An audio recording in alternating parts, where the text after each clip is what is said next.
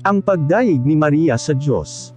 Lucas Kapitulo 1 versikulo 46, 56. Mingon si Maria, nagadaig gayud ako sa Ginoo. Ug malipayan ang akong espiritu tungod sa Diyos nga akong manluluwas. Kay gihinumdaman niya ako nga iyang ubos nga sulugoon. Sukad karon, magasalti ang tanang mga tawo nga bulahan ako. Tungod sa kahibulungan nga mga butang nga gihimo sa gamhanang Diyos kanako. Balaan siya nga Diyos. May kaluoy siya sa mga tawo sa matag henerasyon nga nagatahod kanya.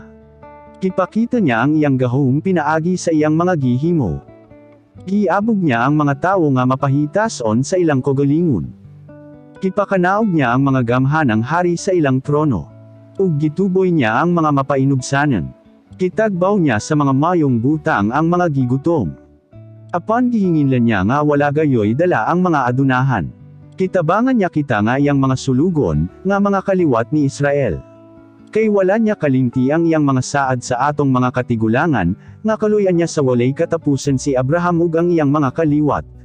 Mao kini ang gisulti ni Maria. Ug mipuyo siya didto sa ilang Elizabeth ug mga tulo ka bulan, ug anya mipauli siya.